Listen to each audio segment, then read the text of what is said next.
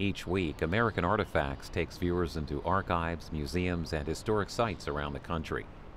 Granary Burying Ground in downtown Boston was established in the year 1660 and is the city's third oldest cemetery.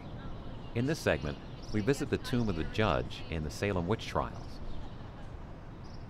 This is the tomb for Judge Samuel Sewall and John Hull. There's other people in here, many other people actually. Over 40 people are in this tomb, at least. We know that for certain.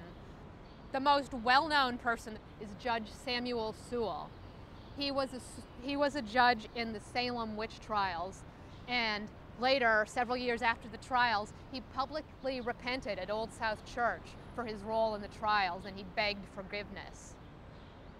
In 1700, he published the first American anti-slavery tract called The Selling of Joseph.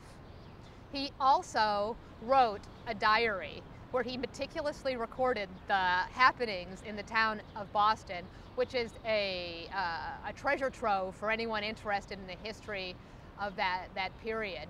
Those diaries weren't released until the 1800s, though. John Hull is also buried in this tomb. John Hull was a craftsman in the 1600s. He was a silversmith, a goldsmith, and he was the mint master and treasurer for the Massachusetts Bay Colony. He made what is called the Pine Tree Shilling, along with other colonial coinage with his colleague Richard Sanderson.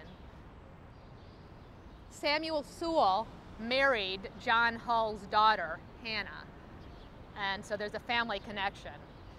Hannah and Samuel Sewall had 14 children, 7 of which survived to adulthood, and they are all buried in this tomb.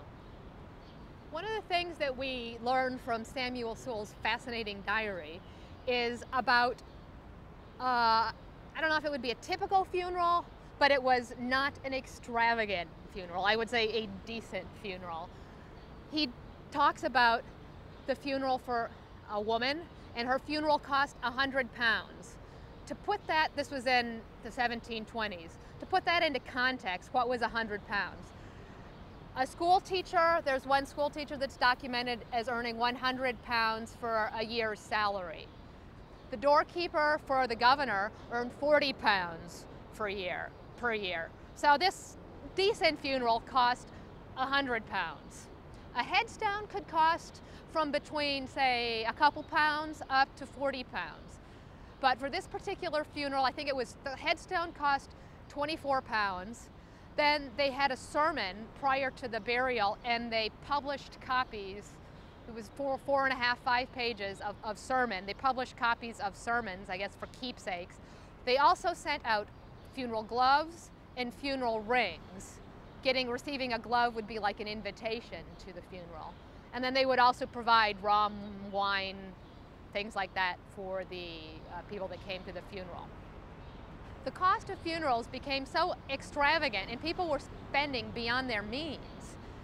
Once again, this is in the 1720s. Recall that in the 17 teens, there were bread riots because bread was so expensive and people couldn't even get bread, and they're spending this much on funerals. So the government passed a law saying that you could not send out all these rings and gloves, and you could not offer gifts of rum and wine at your funeral. They also restricted the amount of times that you could toll the bells, because people would go nuts with before and after and during, and so they wanted to keep it down. This is all kind of interesting considering this is in the 1720s.